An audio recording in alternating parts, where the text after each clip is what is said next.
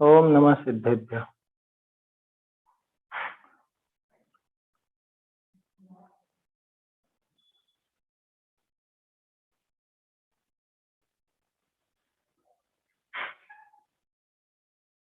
सौवर्ण सौवदंसी निम्मोहावीराय परमेष्ठि वंदित्तुति जगवंदारहंता भवजीवेहिं प्राणं दंसण सम्मम चारित्तं सोहि कारणं ते सिं मोक्षाराहण हेयं चारित्तं पाहुडं वोच्छे वीतराग सर्वज्ञ जिन वंदो मन वचकाय चारित धर्म बखानियो साचो मोक्ष उपाय कुंद कुंद मुनिराज कृत चारित पाहुड़ ग्रंथ प्राकृत गाथा बंध की करूं वचन कापन।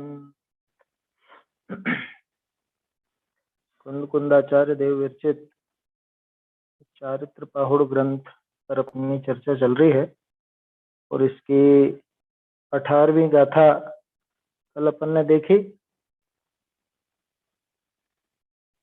इस 18वीं गाथा में भी कुंद कुंदाचार्य देव ने एक बात पर बहुत जोर दिया, भाई चारित्र के जो दोष हैं उन दोषों को दूर करने का उपाय एकमात्र वस्तु व्यवस्था का भली भांति परिज्ञान और उस अनुसार श्रद्धा है।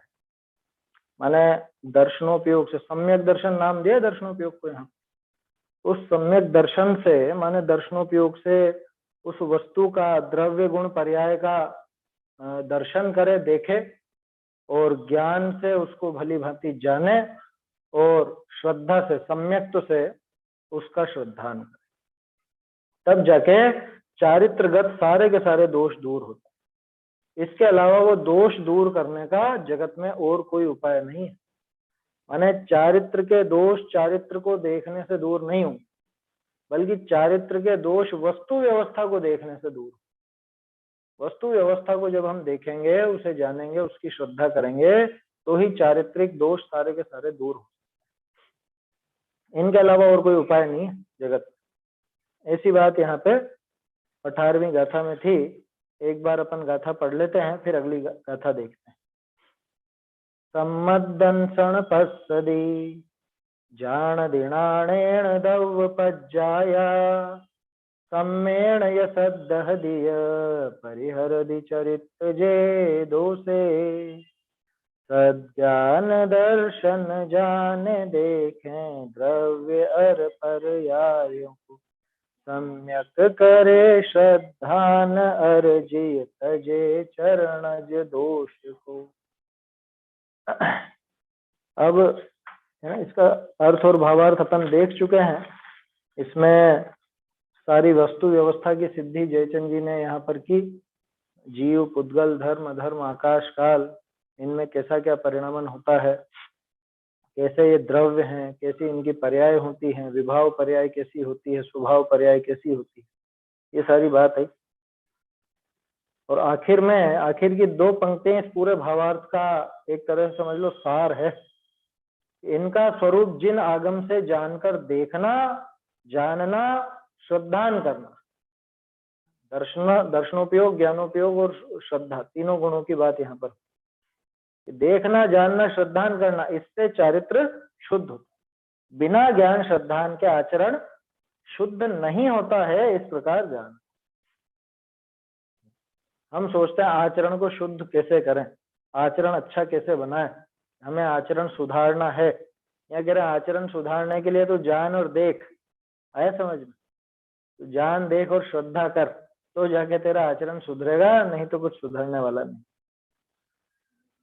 इस प्रकार जानना, बिना ज्ञान श्रद्धान के आचरण शुद्ध नहीं होता, इस प्रकार जानना। अब देखिए आगे, आगे कहते हैं कि सम्यक दर्शन, ज्ञान, चारित्र, 3 भाव मोह रहित जीव के होते हैं। इनका आचरण करता हुआ शीघ्र मोक्ष पाता है। ये तीनों के तीनों भाव मोह रहित जीव के ही पाए जाते हैं। मोह रहित जीव माने मिथ्यात्व रहित जीव। अब इसमें विचार कीजिएगा, एक बहुत गहरी बात छुपी हुई है। गाथा बिल्कुल सीधी है, लेकिन गंभीर बात इसके अंदर आ रही है, जिससे कई प्रश्नों के हल निकलेंगे। ये जो सम्यक दर्शन, ज्ञान, चारित्र, ये तीनों भाव मोह रहित जीव के होते हैं। क्या मतलब मोह रहित जीव के होता है? मोह का अर्थ मिथ्यात्व। मिथ्यात्व रहित जीव के सम्यक दर्शन, ज्ञान, चारित्र होता है। तो सम्यक दृष्टि के सम्यक चारित्र होता है, ये बात निकली कि नहीं निकली? यहाँ मोह रहित जीव के ये तीनों होते हैं, माने जिसके मोह का नाश हुआ उसके सम्यक दर्शन, ज्ञान, चारित्र होगा ही होगा, और इनका आचरण करता हुआ वो शीघ्र मोक्ष पाता है, जल्द से जल्द वो मोक्ष की प्राप्ति कर लेता है। अथवा गाथा के हिसाब से ऐसा भी अर्थ निकलता है कि मोह रहित जीव इन तीनों का आचरण करता हुआ मोक्ष की प्राप्ति करता है। माने मोक्ष का उपाय तो सम्यक दर्शन, सम्यक ज्ञान, सम्यक चारित्र है, और वो उसी के कारगर है या उसी के साथ रहेगा कि जिसके मोह का अभाव, जिसने मोह का नाश कर दिया, जो मोह से रहित है, उसके ही ये तीनों के तीनों भाव मोक्ष मार्ग होते हैं या मोक्ष के कारण होते हैं। ऐसा ये 19वीं गाथा में है। जरा सी गाथा है, छोटी सी, पढ़ते हैं इसको। एतिन्नि विभावा हवन्ति जीवस्य मोहरहियस्य गुणमाराहन्तो अचिरेण यकम् परिहरै। एतिन्नि विभावा हवन्ति जीवस्य मोहरहियस्य गुणमाराहन्तो अचिरेण यकम् परिहरै। सज्ञान दर्शन चरण होते हैं अमोही जीव को, हर स्वयं की आराधना से हरे बंधन शीघ्र वे। ए तिन्निवि भावा, ए मतलब एते, ये तिन्निवि भावा, ये तीन प्रकार के भाव हवंती जीवस्य होते हैं। किसके? जीवस्य, जीव के। कौन से जीव के? मोह रहियस्य, मोह रहित जीव के ये तीनों भाव होते हैं। कौन से तीन भाव? ये पिछली गाथा में दिखाई, जिनकी बात कर रहे हैं। पिछली गाथा में नाम आया ना, सम्यक दर्शन, वो ज्ञान और वो चारित्र, वो सब। अथवा चारित्र को एक तरफ छोड़ो भी सही, तो दर्शन, ज्ञान और श्रद्धा ऐसे भी ले सकते, लेकिन दर्शन ज्ञान तो एक ही में शामिल करना, क्योंकि दोनों ही उपयोग के अंग हैं, दोनों ही उपयोग रूप हैं। तो ये तीनों ही भाव माने श्रद्धा, ज्ञान, चारित्र, ये तीनों भाव हवंति जीवस्य मोह रहियस्य, ये मोह रहित जीव के होते हैं। और निर्गुण माराहंतो, निज गुण की आराधना करते हुए जीव के अचिरेण या कम परिहरई। अचिरेण, अचिरेण माने शीघ्रता से, जल्दी से जल्दी, जल्दी से जल्दी, ये कम परिहरई मतलब कर्मों का परिहरण कर देता है, कर्मों का परित्याग कर देता है, कर्मों को नाश कर देता है। अब देखिए, इसमें दो तीन बातें खास समझने की हैं। एक बात तो ये कि ये तीनों भाव मोह रहित जीव के होते हैं। माने कोई ये सोचे, जैसे कहते हैं ना, अरे कहाँ सम्यक दर्शन, सम्यक ज्ञान की बात करते हो, पहले चारित्र लाओ, चारित्र लाओ। यहाँ कह रहे हैं कि मोह रहित के ही होंगे, और ये तीनों होंगे। जो मोह सहित है, माने सम्यक दर्शन प्राप्त हुए बिना, जो मोह सहित है, जिसके अभी सम्यक दर्शन नहीं है, उसके तो सम्यक चारित्र होने की संभावना ही नहीं है, असंभव है, बिल्कुल असंभव। इसलिए कोई अगर ऐसी बात करता हो कि श्रद्धा में क्या दम है, पहले चारित्र तो कर, तो समझना कि उसको बिल्कुल भी जैन दर्शन की एबीसीडी भी मालूम नहीं। भले वो सभा में बैठ करके बोलता हो, लाखों लोगों को सुनाता हो, कुछ भी करता हो, लेकिन अगर उसका जोर सम्यक दर्शन पे ना होके पहले चारित्र प्रकट करने पर है तो उसको जैन दर्शन का बेसिक ज्ञान भी नहीं, मूलभूत ज्ञान नहीं। यहाँ आचार्य देव कह रहे हैं कि ये तीनों ही भाव मोह रहित के होते हैं। अब मोह रहित हुआ तो सम्यक दृष्टि तो अपने आप हो गया ना। सम्यक दृष्टि माने मोह रहित जीव, है ना, बिल्कुल सीधा करके चलना इसको। मोह रहित माने क्या कि जिसके मोह का अभाव है, और मोह माने मिथ्यात्व, तो जिसके मिथ्यात्व है वो कौन, वो सम्यक दृष्टि। तो सम्यक दृष्टि जीव के ही ये तीनों भाव होते हैं। और निज गुण की आराधना करते हुए जीव के, निज गुण की आराधना, ये शब्द विशेष डाला यहाँ पे आचार्य। 4 आराधना नाम दिया ना, दर्शन आराधना, ज्ञान आराधना, चारित्र आराधना, तप आराधना। तो निज गुण, उस खुद के गुण ही तो है। ज्ञान हुआ, दर्शन हुआ, चारित्र हुआ, ये सब खुद के ही तो गुण है। तो निज गुण की आराधना करता हुआ जीव, इसका क्या मतलब कि दर्शन को सम्यक दर्शन रूप परिणमाता हो, माने श्रद्धा को, ज्ञान को सम्यक ज्ञान रूप परिणमन कराता हुआ, चारित्र को सम्यक चारित्र रूप परिणमाता हुआ, उसने, उस जीव ने अपने स्वयं के गुणों की आराधना की। वो जीव खुद के गुणों की आराधना कर रहा है। और निर्गुण मारा हंतो, निज गुणों की आराधना करता हुआ जीव अचिरेण या कम्म परिहरई, बहुत लंबा समय नहीं लेगा वो जल्द से जल्द ही, बहुत जल्दी ही कर्मों को परिहर, मतलब कर्मों का परिहार कर देगा, कर्मों का नाश कर, उसको बहुत समय लगने वाला नहीं है। तो ये तीनों भाव जिस मोह रहित जीव के होते हैं, ऐसा निज गुणों की आराधना करने वाला जीव, माने निज गुणों की, स्वयं के गुणों की आराधना करने वाले जीव का क्या लक्षण, कि वो मोह रहित होता है और उसके तीनों भाव, ये भी उसका एक लक्षण है। समझ में आई बात। ये तीनों भाव जिसके हैं वो मोह रहित है, वो स्वयं के गुणों की आराधना कर रहा है। एक बात और समझने की है इसमें, कि मोह रहित जीव के होते हैं, माने मिथ्यात्व जाने पर ये तीनों होते ही हैं उस जीव। इसलिए कोई सोचे कि सम्यक दृष्टि के तो सम्यक चारित्र है ही नहीं, वो बात नहीं। मोक्षमा प्रकाशक के समय भी अपन ने काफी विस्तार से इस पर चर्चा की थी कि सम्यक दृष्टि जीव के भी वो सम्यक चारित्र है तो सही, चारित्र तो सम्यक हो चुका है, लेकिन जिस मात्रा में आने पर वो सम्यक चारित्र कहलाता है उतनी मात्रा उसके नहीं है, इसलिए वो नाम नहीं देते। सिर्फ नाम देने का ही झगड़ा है और कुछ भी बात नहीं है वहां। चारित्र तो है ही सही, चारित्र सम्यक नहीं होगा तो क्या मिथ्या रहेगा क्या वहां? जब अनंत अनंत गुण सम्यक हो रहे हैं तो चारित्र मिथ्या कैसे रहेगा? होने को तो चारित्र भी वहां पर, मतलब जैसे सम्यक दर्शन, और दर्शन सम्यक है, ज्ञान सम्यक है, तो चारित्र भी सम्यक ही है। इससे भी सिद्ध होता है मोह रहित ए तिन्ने भी भाव हवंती, मोह रहित जीव के तीनों ही भाव होते हैं। तीनों ही भाव, 3 भाव होते हैं क्रम से होंगे ऐसा नहीं, तीनों ही भाव होते हैं। लिखा है ना ए तिन्ने भी, ये तीनों ही प्रकार के भाव उस मोह रहित जीव के होते। अणे गुण मारा हंतो अचिरेण या कम्म परिह, और जो निज गुणों की आराधना करता है, माने इन सम्यक दर्शन, सम्यक ज्ञान, सम्यक चारित्र को प्रकट करता है, वो जल्द से जल्द अचिरेण या कम्म परिह, जल्द से जल्द वो कर्मों का परिहार करता।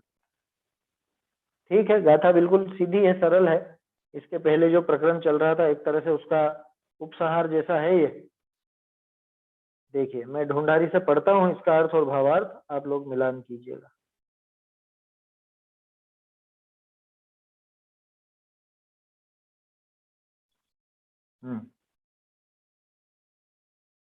आगे कहे हैं उत्थानिका, आगे कहे हैं जो ये सम्यक दर्शन, ज्ञान, चारित्र 3 भाव हैं, ते मोह रहित जीव के हुए हैं। इनको आराधता, इनको आचरता शीघ्र मोक्ष पावे है। इनका आचरण करता हुआ जीव जल्द से जल्द मोक्ष पाता। अर्थ देखिए, अर्थ और भावार्थ। ए पूर्वोक्त सम्यक दर्शन, ज्ञान, चारित्र 3 भाव हैं, ते निश्चय करी मोह कहिए मिथ्यात्व ता करी रहित होए तिस जीव के होए हैं। तब यह जीव अपना निज गुण जो शुद्ध दर्शन ज्ञानमयी चेतना ताको आराधता सता थोड़े ही काल में कर्म का नाश। भावार्थ, निज गुण का ध्यान ते शीघ्र केवल ज्ञान उपजाए मोक्ष पावे है। इतना ही है मेरे ख्याल से। आगे आगे का देख, आगे इस सम्यक्त चरण चारित्र का कथन को संकोचे है। ये तो अगली गाथा की उत्थानिका है। देखिए क्या कहा, ये पूर्वोक्त सम्यक दर्शन ज्ञान चारित्र तीन भाव। आपको ध्यान हो तो चारित्र पहुड़ जहां प्रारंभ हुआ था, हाँ ये तीसरी गाथा तो मंगलाचरण की थी, वहां पे इनका परिचय दे दिया था इन तीनों गुणों का। जम जाने तम नाणम और जम पेक्षई चतम दंसणम भणियम प्राणस्य पिच्छ्यस्य यह समवर्णा होई चारित्र। ज्ञान और दर्शन के साथ ही उनसे संपन्न होने पर ही चारित्र होता है। ये बात ही थी कि जो जानता है वो ज्ञान है, जो देखता है वो दर्शन है। उसमें श्रद्धा भी शामिल थी। और ज्ञान दर्शन से समावस्थित होकर संपन्न होकर ही जीव चारित्र को धारण करता है। ऐसी बात वहां आई थी और उसके बाद ही उसका खुलासा आया था। और चारित्र के जो दो भेद थे, सम्यक्त चरण और संयम चरण, अब ये सम्यक्त चरण की बात यहाँ पे पूरी हो रही है। मतलब यूं समझ लीजिए कि लगभग आधे से तो कम ही है, 45 गाथाएं हैं, 19वीं गाथा तक तो सम्यक्त चरण की बात है, 20वीं तक। उसके बाद 21 से संयम चरण की बात चालू। क्या कह रहे हैं यहाँ पे,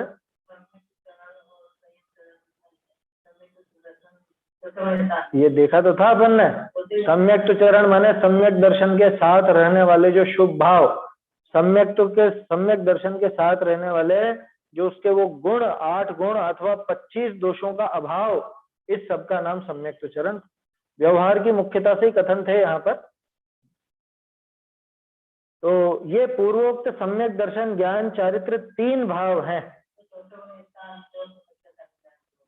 संयम चरण भी वहीं से आएगा, दोनों चालू होंगे वहां। ये पूर्वोक्त सम्यक दर्शन ज्ञान चारित्र तीन भाव हैं। ये निश्चय से मोह अर्थात मिथ्यात्व रहित जीव के होते हैं। अब सोचो कितनी नादानी है कि सम्यक दर्शन तो आया नहीं, मिथ्यात्व तो गया नहीं, और ये चारित्र धारण करो। यहाँ कहते हैं निश्चय से मोह यानी मिथ्यात्व रहित जीव के होते हैं, बल्कि ही लगा लेना चाहिए यहाँ, तो उनके ही होते हैं, अन्य किसी के नहीं होते। तब यह जीव अपना निज गुण, अपने स्वयं के जो गुण हैं, कौन से, जो शुद्ध दर्शन ज्ञानमयी चेतना, उनकी आराधना करता हुआ थोड़े ही काल में कर्मों का नाश करता है। जल्दी, अब कोई कह सकता है जल्दी कहाँ करता है साहब, इतने भाव लग तो जाता है। अरे तो भी अनंत भवों के मुकाबले अथवा उस अनंत काल के मुकाबले वो कितना सा समय है। आ रही बात समझ, मान लो 1000 भव भी धारण करने पड़े, जैसे 1000 होते नहीं है, फिर भी मान लो करने पड़े, क्योंकि संभावना तो है ना, संभावना तो अर्ध पुद्गल परावर्तन तक की भी, तो इतने भी करने पड़े तो वो कितना काल है। आज तक जितना हमारा ये दुख में काल व्यतीत हुआ है, तो उस अनंतानंत काल के मुकाबले तो जरा सा समय है, थोड़ा ही काल है वो तो। उतना सा भी अगर इसको उतने में ही छुटकारा हो तो बहुत महंगा सौदा नहीं है कोई, बहुत सस्ते में निपट गया ऐसा समझना।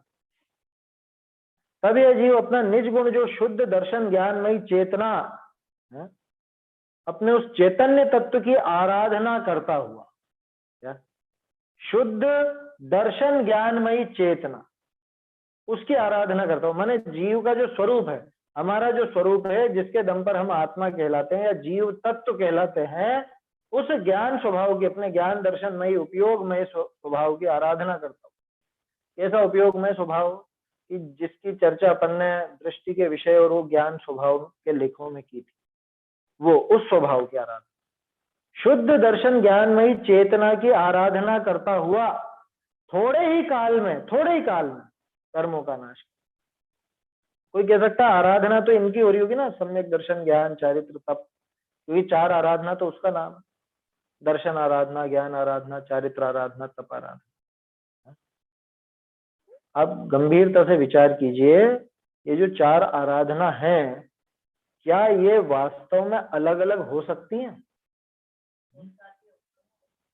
दर्शन आराधना तो हो किसी जीव के और ज्ञान आराधना नहीं हो, ऐसा हो सकता है? तो 4 अलग अलग पहलू देख करके वैसे नाम दिए हैं क्या? दर्शन आराधना, ज्ञान आराधना, ये दर्शन की तरफ से दर्शन आराधना नाम दे दिया, श्रद्धा की तरफ से ज्ञान की तरफ से ज्ञान आराधना नाम दे दिया। लेकिन ये बताओ, जिसके दर्शन आराधना हो रही है, ज्ञान आराधना भी तो उसी के चलेगी ना, ज्ञान आराधना भी उसके होगी, और उसके होगी ही। क्या होगी? क्या है ना, होगी में आप सोचो भविष्य की बात कर रहे हैं, उसके चल ही रही है। उसका जो श्रद्धा का सम्यक रूप परिणमन हुआ वो है उसकी दर्शन आराधना, उसके जो ज्ञान का सम्यक रूप परिणमन हुआ, सम्यक ज्ञान हुआ, वो है उसकी ज्ञान आराधना। उसके चारित्र का जो सम्यक रूप परिणमन हुआ वो है उसकी चारित्र आराधना। ऐसा व्यवहार से परिभाषाएं अलग अलग भी दी जाती है, व्यवहार रूप भी उनके अलग अलग हैं, लेकिन वास्तव में देखा जाए तो ये तीनों की तीनों क्या, वो चारों ही, तप आराधना भी उसमें शामिल है। तो अपने ज्ञानमयी चेतना की आराधना करता हूं। दर्शन आराधना में क्या होता है? अपने ज्ञान स्वभाव की आराधना वो दर्शन आराधना, अपने ज्ञान स्वभाव की आराधना वो ज्ञान आराधना, अपने ज्ञान स्वभाव की आराधना वही चारित्र आराधना और वही तप आराधना। उनके मतलब गहराई में जाकर के देखोगे तो अलग अलग नजर नहीं आएंगे। तो समझाने की दृष्टि से इसे चार अलग अलग नाम दे दिए, और चार जो दिए ना वो भेद व्यवहार दिखाने के लिए दिए, वास्तव में ऐसे चार बनेंगे नहीं, वो तो एक में चारों गर्भित हैं और चारों एक ही हैं। तो क्या कहा है? ये निश्चय से मोह अर्थात मिथ्यात्व रहित जीव के होते हैं, तब यह जीव अपना निज गुण जो शुद्ध दर्शन ज्ञानमयी चेतना की आराधना करता हुआ थोड़े ही काल में कर्म का जल्द से जल्द कर्मों का नाश कर ले। भावार्थ जरा सा है, निज गुण के ध्यान से, अब बोलो, निज गुण का ध्यान दर्शन आराधना है या नहीं? अपने गुणों का ध्यान वो ज्ञान आराधना, वो चारित्र आराधना, वो तप आराधना है या नहीं? स्वयं अपने गुणों का जो ध्यान है वो ये चारों ही आराधना है, उससे शीघ्र ही केवल ज्ञान उत्पन्न करके और मोक्ष, जल्दी ही केवल ज्ञान पा लेता है, और केवल ज्ञान के बाद मोक्ष में भी ज्यादा समय नहीं। देखो अब आगे क्या कह रहे हैं, ये गाथा हो गई इस तरह से। आगे इस सम्यक्त्वाचरण चारित्र के कथन का संकोच कर, ये जो अभी प्रकरण चल रहा था 18-19 गाथा तक, अब इस प्रकरण का संकोच करते, संकोच माने समेट कर, काफी विस्तार से बात हो गई, अब इसका यहाँ पे संक्षेपण कर रहे हैं, संकोचन कर रहे हैं। देखिए 20वीं गाथा, संखिज्यमसंखिज्य गुणम च संसारि मेरुमत्ताणम् सम्मत्तमनुचरन्ता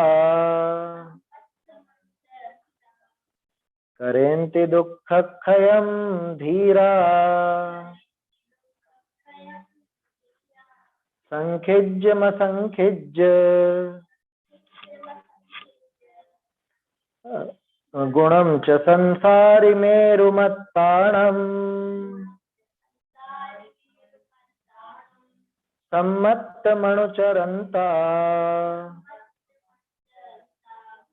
करेन्ति दुःखक्षयं धीरा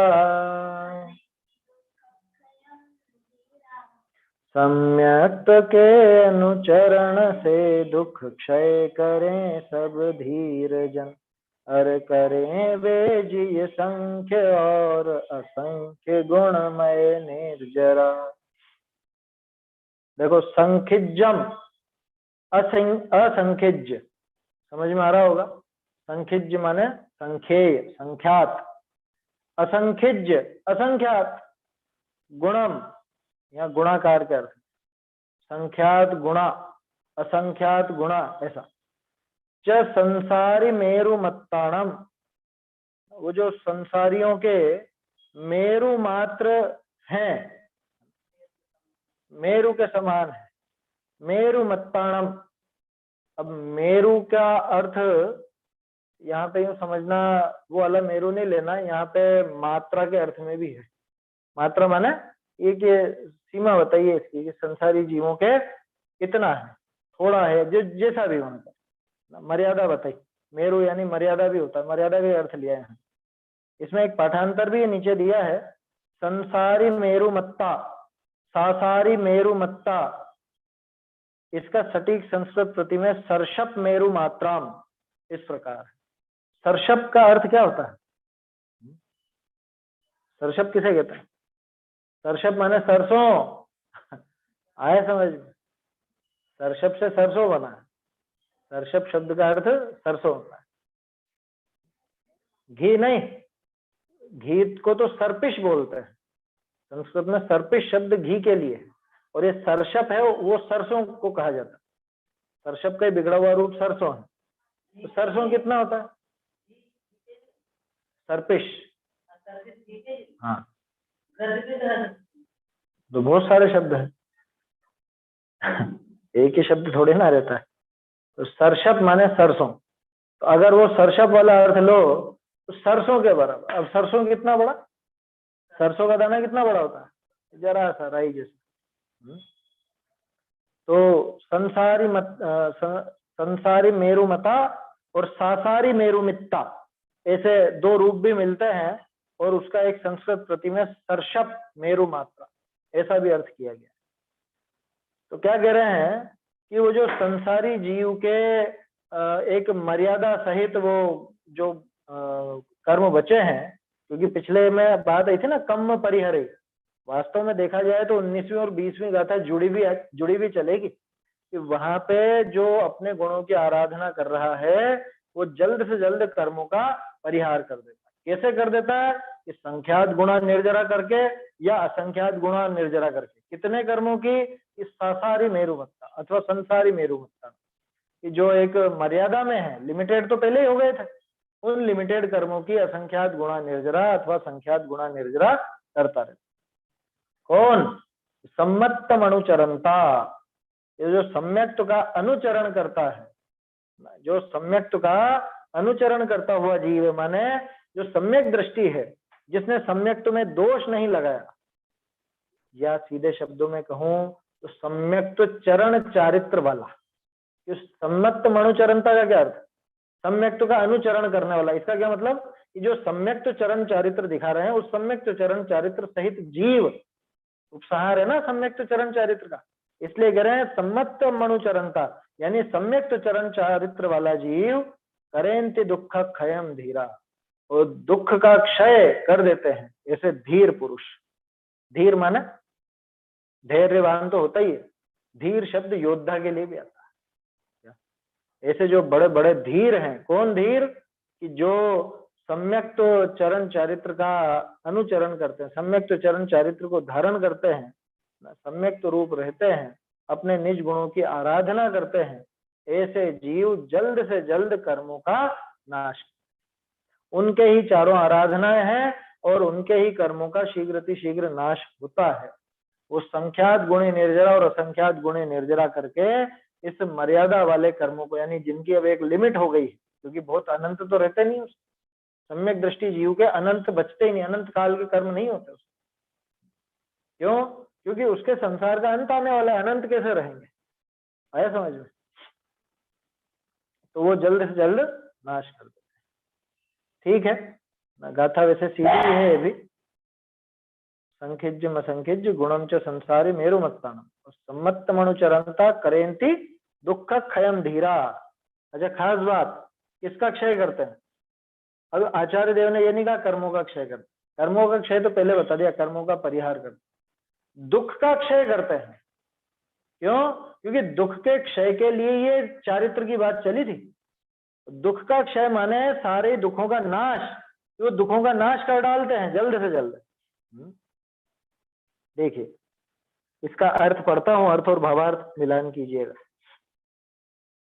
सम्यक्त को आचरण करते धीर पुरुष हैं, ते संख्यात गुणी तथा असंख्यात गुणी कर्म की निर्जरा करे हैं, बहुरी कर्मणि के उदयते भया संसार का दुख ताका नाश करे है। कैसे है कर्म? संसारी जीवनी का मेरु कहिए मर्यादा मात्र है, सिद्ध भय पीछे कर्म नहीं है। अच्छा, एक और अर्थ है, संसारी जीवों के मेरु यानी मर्यादा, तो संसारी जीवों की मर्यादा मात्र माने कि सिर्फ ये संसारी जीवों तक ही मिलेंगे, इनके बाद नहीं मिलेंगे। जो मोक्ष पहुंच गया, जो मुक्त हो गया, उस जीव के इन कर्मों का कोई लेना देना है नहीं, इन कर्मों का कोई रोल ही नहीं है वहां पर।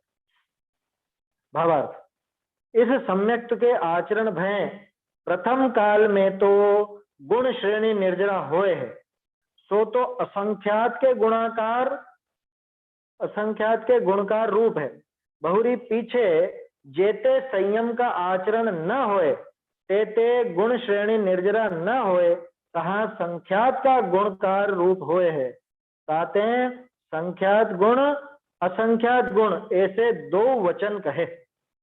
बहुरी कर्म तो संसार अवस्था है, जेते हैं नहीं, कर्म तो संसार अवस्था है, जेते है तिनमें दुख का कारण मोह कर्म है, इसमें मिथ्यात्व मोह कर्म है, तिसमें मिथ्यात्व कर्म प्रधान है। सो सम्यक्त भय मिथ्यात्व का तो अभाव ही भया। और चारित्र मोह दुख का कारण है, सो यह जेते है तेते ताकि निर्जरा करे है। ऐसे अनुक्रम से दुख क्षय होए है, संयमाचरण भय सर्व दुख का क्षय होए हीगा। यहाँ सम्यक्त का महात्म्य ऐसा है, सो सम्यक्ताचरण भय संयमाचरण भी शीघ्र ही होए है। याते सम्यक्त को मोक्ष मार्ग में प्रधान जाने, याही का वर्णन पहले किया है। आगे संयम चरण चारित्र को कहे हैं, वो तो अगली गाथा की उत्थान। ठीक है, ये है ना, इसमें कुछ अंतर तो नहीं होगा मेरे ख्याल से। चलिए क्या कहा देखते हैं, इसको बात करते हैं इस पर थोड़ी। सम्यक्त का आचरण करते हुए, है ना, ये सम्यक्त चरण की बात थी ना, इतनी गाथाओं तक जो अपन ने देखी 19वीं गाथा तक। ये सम्यक्त का आचरण करते हुए धीर पुरुष संख्यात गुणी तथा असंख्यात गुणी कर्मों की निर्जरा कर। सिद्धांत का विषय है थोड़ा, लेकिन ठीक है, समझने जैसा है, कोई बड़ी बात नहीं। इसको ऐसा समझना, कोई ऐसे कंफ्यूजन वाली बात नहीं है। गुण श्रेणी निर्जरा माने गुणाकार में, जैसे एक समय अभी जितनी हुई, जैसे आप यूं समझो कि अभी मैंने 10 कर्मों की निर्जरा की, अगले समय में 100 कर्मों की निर्जरा करूं तो कितना गुणा हुआ? कि 10 गुण श्रेणी निर्जरा। समझ में आई बात? 10 गुण श्रेणी हो गई ना, 10 गुणा 10 100 हो गए। उसके अगले समय में 1000 हो जाएगा, उसके अगले समय में 10,000 हो जाएंगे। तो 10 गुण श्रेणी निर्जरा का मतलब उससे गुणाकार करते जाओ, 10 10 10 10 10। जैसे आपने स्क्वायर और क्यूब पढ़े होंगे, है ना, तो 2 का स्क्वायर 4, फिर उसका क्यूब आ जाएगा तो 8, फिर ऐसे और बढ़ाते जाओ। तो ऐसे यहाँ पे गुण श्रेणी निर्जरा में गुणाकार वो चलता जाता है। संख्यात गुण श्रेणी माने संख्यात गुणा निर्जरा, कब? कि अगले समय में, उसके अगले में उससे संख्यात गुणा, उससे अगले समय में उससे भी संख्यात गुणा, और फिर असंख्यात गुणा में कि संख्यात की जगह वहां संख्यात कर दो। अभी एक समय में जितने कर्मों का क्षय किया, निर्जरा की, उसके अगले समय में उससे असंख्यात गुणा कर्मों की निर्जरा हो, उससे अगले समय में उससे असंख्यात गुणा कर्मों की निर्जरा हो। ऐसा समझ में ही बात? अधिक, उतनी अधिक, कम नहीं। नहीं तो कोई सोचे उतने गुणा कम, तो ऐसा है ये। तो सम्यक्त का आचरण करते हुए धीर पुरुष संख्यात गुणी तथा असंख्यात गुणी कर्मों की निर्जरा करते हैं। जो धीर पुरुष होते हैं, जो धीर वीर होते हैं, वो असंख्यात गुणी और संख्यात गुणी दोनों लिखे। दोनों क्यों लिखे, उसका रहस्य भावार्थ में दिया ही है। और कर्मों के उदय से हुए संसार के दुख का नाश कर।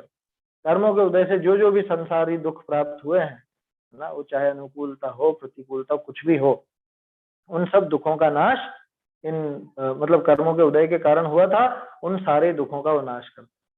कि बात कर्मों की चल रही थी, फिर दुख की बात कैसे आ गई? तो उन कर्मों का फल क्या? उन कर्मों के उदय का फल क्या? कि दुख।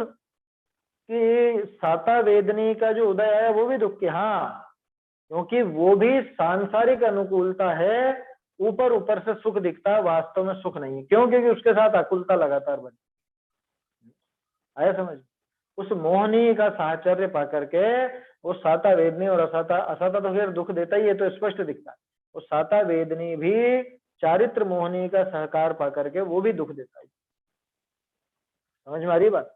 इसलिए ये अच्छे से समझ लेना कि जो भी जितने भी ये कर्म हैं, उनके कारण संसार के दुख होते हैं, और सम्यक्त्व का आचरण करने पर ये संसार के दुख सारे नष्ट हो जाते हैं। क्यों? क्योंकि कर्म नष्ट हो जाते हैं। उन दुखों के कारण जो कर्म थे, उन कर्मों का ये अभाव कर देता है जीव। तो कर्मों का अभाव होने के कारण उन दुखों का भी अभाव हो जाता है। अब कर्म कैसे है कि संसारी जीवों के मेरु अर्थात मर्यादा मात्र है, माने संसारी जीवों के होते हैं, एक बात तो ये। दूसरी बात, संसारी के ही होते हैं, अन्य के नहीं होते, ये मर्यादा हो गई उनकी। तीसरी बात, अगर वो सरसप वाला अर्थ लो तो ये सम्यक दृष्टि जीव है, इसके तो वो सरसों के बराबर बचे, मतलब बहुत कम बचे ऐसे छोटे। हाँ, गोपुर के जैसे भी कह देते हैं, यहाँ तो सरसप बताइए, ये सरसों।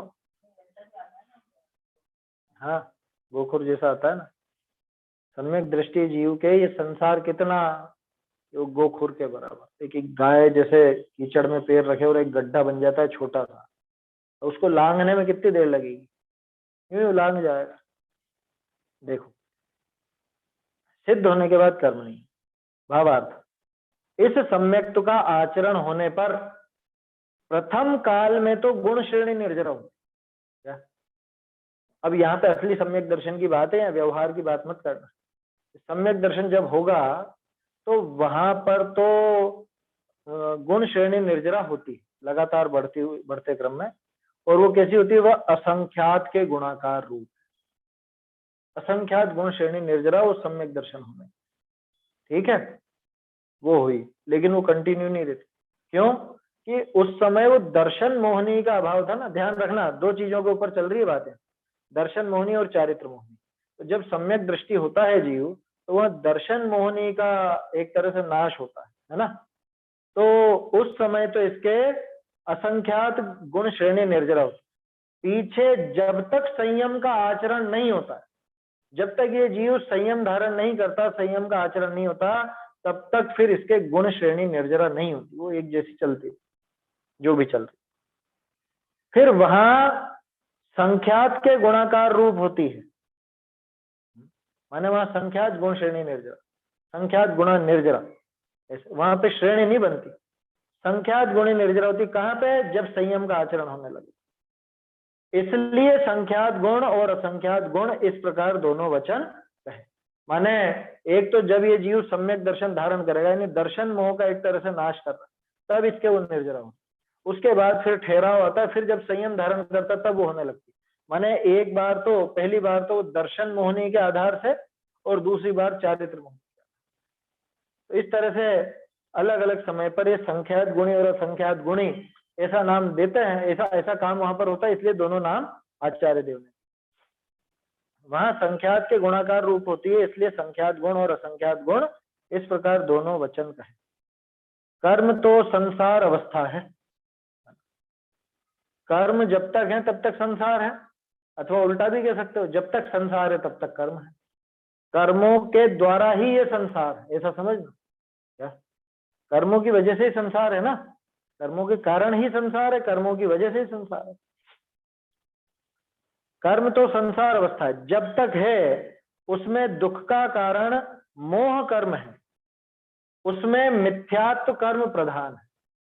जब तक ये संसार है, कब तक रहेगा संसार? कि जब तक वो कर्म है। और वो कर्म कब तक रहेंगे? कि उनमें मोह प्रधान है। जब तक मोह रहेगा तब तक बाकी सारे कर्म भी रहे। ऐसा हो ही नहीं सकता कि मोह ना रहे, मोह रहे और बाकी के कर्मों का नाश हो। एक को भी नहीं जाने देता है, सबको बिठाए रखता है साथ में। ये मोह की प्रकृति ऐसी है कि इसका नाश ना हो तब तक कोई दूसरा नहीं जा सकता। यूं समझ लो कि कर्म इसके आज्ञाकारी है, इसके जाए बिना ये अगर बैठा है तो क्या मजाल के एक भी कर्म निकल जाए वहां, तब तक किसी कर्म का अभाव नहीं होता। क्या कहा? जब तक है उसमें दुख का कारण मोह कर्म है, उसमें मिथ्यात्व कर्म प्रधान है ना। मोह कर्म में मिथ्यात्व कर्म प्रधान, ये क्या बात हुई? नहीं, यही तो समझाना चाह रहे हैं यहाँ पे। मोह के दो भेद है ना, दर्शन मोहनी और चारित्र मोहनी। उसमें दर्शन मोहनी के भी तीन भेद, मिथ्यात्व, सम्यक मिथ्यात्व और सम्यक्त्व, और चारित्र मोहनी के 25 भेद। तो ऐसे जो 28 भेद हैं उस मोह के, उनमें प्रधान कौन? कि प्रधान उनमें मिथ्यात्व। समझ में आई बात? अरे वो छोड़ो, बल्कि 148 जो कर्म की प्रकृतियां हैं, उन 148 प्रकृतियों में प्रधान वो मिथ्यात्व ही है। अभी बात करी ना अपन ने, वो रहेगा तब तक एक भी कर्म जाने वाला नहीं है, और उसके जाने के बाद धीरे धीरे सब चल देंगे, कोई बचेगा नहीं।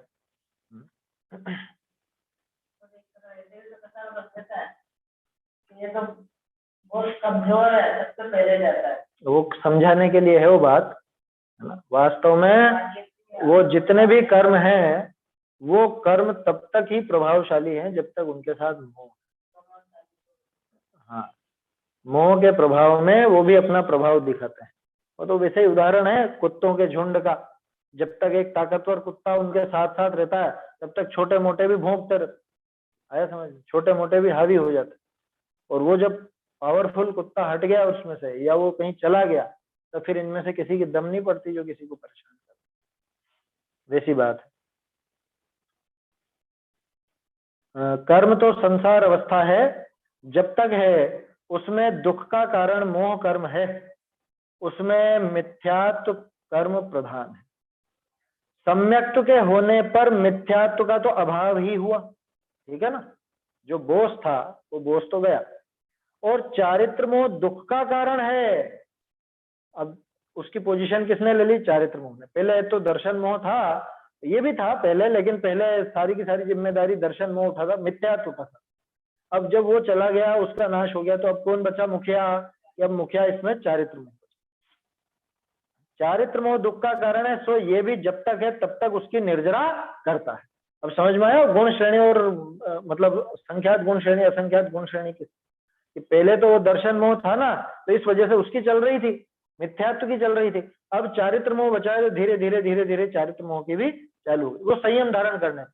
यूं भी आप देखो तो मिथ्या मतलब जब जीव सम्यक दृष्टि होता है, वहां मुख्यतः दर्शन मोह के नाश की, मतलब चौथे गुण स्थान में मुख्यतया वो मिथ्यात्व के नाश की बात की जाती, और उसके आगे के गुण स्थानों में मिथ्यात्व तो रहा ही नहीं, फिर चारित्र मोह की बात चलती। अब 2 कषाय चौकड़ी गई, अब 3 कषाय चौकड़ी गई, ऐसे।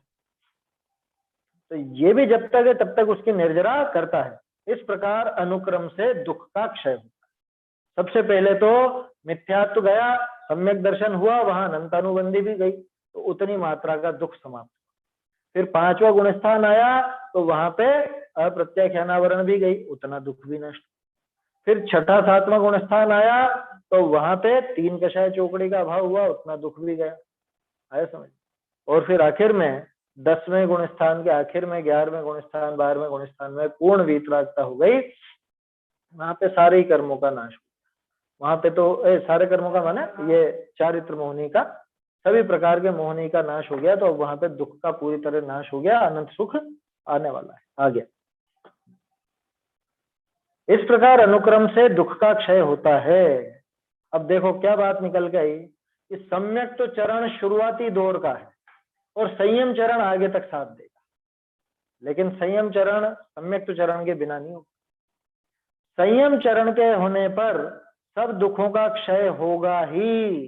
क्या सम्यक तो चरण के होने पर तो थोड़ा गया था मिथ्यात्व जितना, और संयम चरण के होने पर तो सारे ही दुखों का क्षय हो जाए।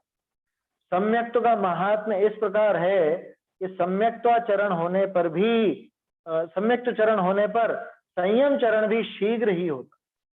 ये सम्यक दर्शन की महिमा। बहुत से सोचते ना सम्यक दृष्टि होकर के बैठ जाए और फिर आचरण वाचरण कुछ नहीं, संयम कुछ भी नहीं, ऐसा नहीं। सम्यक तो चरण उस संयम चरण को भी खींच करके लेकर के आता है, आया समझ। अरे उसको उस धर्म से, उस सच्ची बात से, उससे उसके प्रति प्रेम है, वात्सल्य है, तो अपने आप वो आचरण वैसा करेगा, वैसा संयम पालेगा। संयम चरण के होने पर सब दुखों का क्षय होगा ही। सम्यक्त्व का महात्म्य इस प्रकार है कि सम्यक्त्व चरण होने पर संयम चरण भी शीघ्र ही होता है, इसलिए सम्यक्त्व को मोक्ष मार्ग में प्रधान जानकर इसी का वर्णन पहले। भैया सम्यक्त्व चरण का नाम पहले क्यों? संयम चरण का पहले आना चाहिए। सम्यक्त्व शब्द बड़ा है, संयम शब्द छोटा है।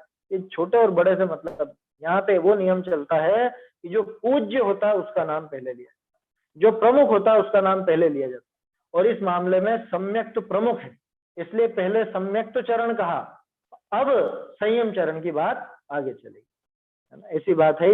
इस तरह से ये 19वीं और 20वीं गाथा हुई, और सम्यक तो चरण चारित्र का जो वर्णन करना था आचार्य देव को, वो उन्होंने कर दिया। अब संयम चरण की बात आगे से चलेगी। बहुत बढ़िया प्रकरण है, अपने को समझने लायक है, क्योंकि संयम चरण में अब बात आएगी श्रावक के आचरण की और मुनिराज के, दोनों बातें।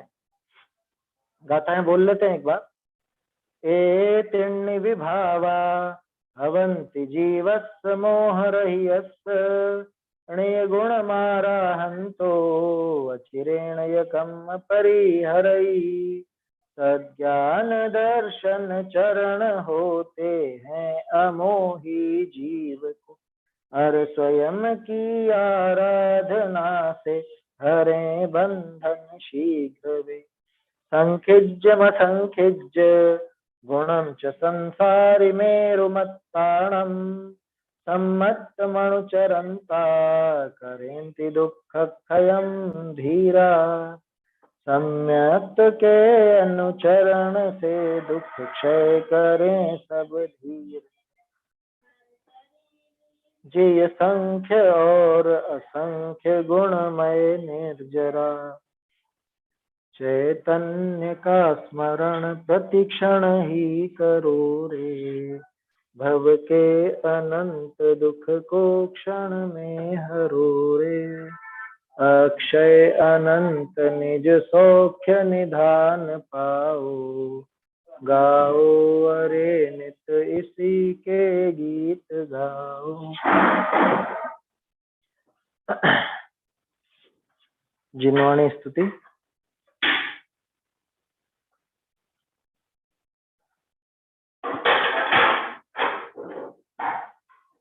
सुन जिन वैन श्रवण सुख पायो, सुन जिन वैन श्रवण सुख पायो।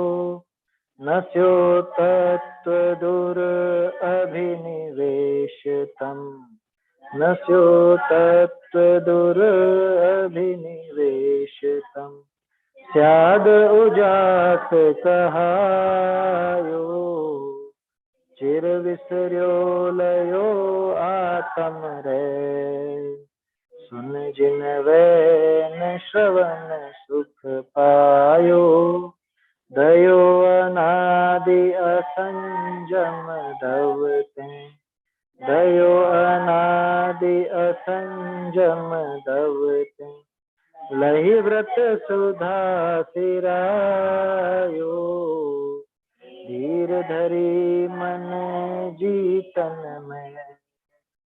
सुन जिन वैन श्रवण सुख पायो, सुन जिन वैन श्रवण सुख पायो।